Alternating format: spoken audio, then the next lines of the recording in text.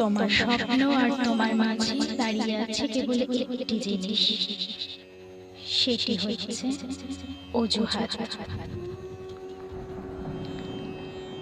যে মুহূর্ত থেকে তুমি নিজেকে অজুহাত দেখানো বন্ধ করে কাজ শুরু করবে,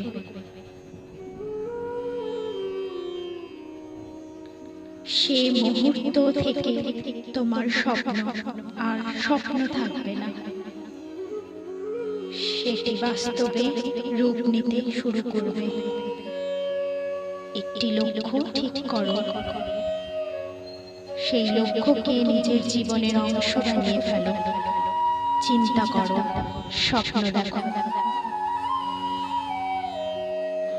তোমার মস্তিষ্ক, পেশি, রক্তনালী, পুরো শরীরে সেই লক্ষ্যকে ছড়িয়ে দাও, আর বাকি সব কিছু ভুলে যাও।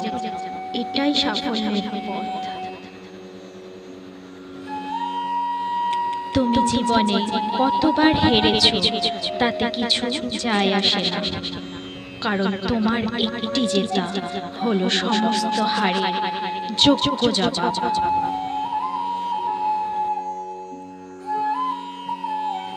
সাহস হারাইও না বন্ধু, কারণ এখনো অনেক পথ বাকি।